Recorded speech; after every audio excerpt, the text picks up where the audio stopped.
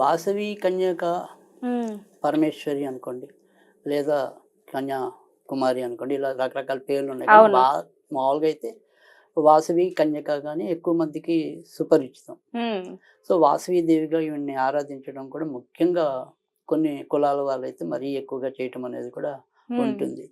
అలాగే సాధారణంగా మనకేంటంటే పాలకొల్లులో చాలా విశిష్టమైన దేవాలయం వాసవి కన్యకాది ఉంది. తర్వాత హ్మ్. పెనుగొండలో కూడా ఉన్నట్టుగా తెలుస్తోంది. తర్వాత ఇక మిగతా అమ్మవారి గుళ్ళలో కూడా చాలా చోట్ల ఉపాలయాలున్నాయి.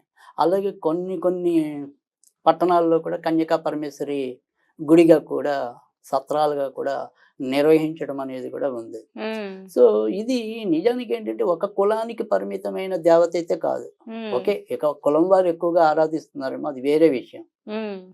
కానీ నిజానికేంటంటే ఏ కులం వారైనా అంటే నమ్మిన అమ్మవారుగా నమ్మిన వారికి ఎవరికైనా సరే ఈవిడ అన్ని రకాల సౌభాగ్యాలు ఇస్తుంది అని చెప్పేది ప్రగాఢమైన నమ్మకం. హుహు.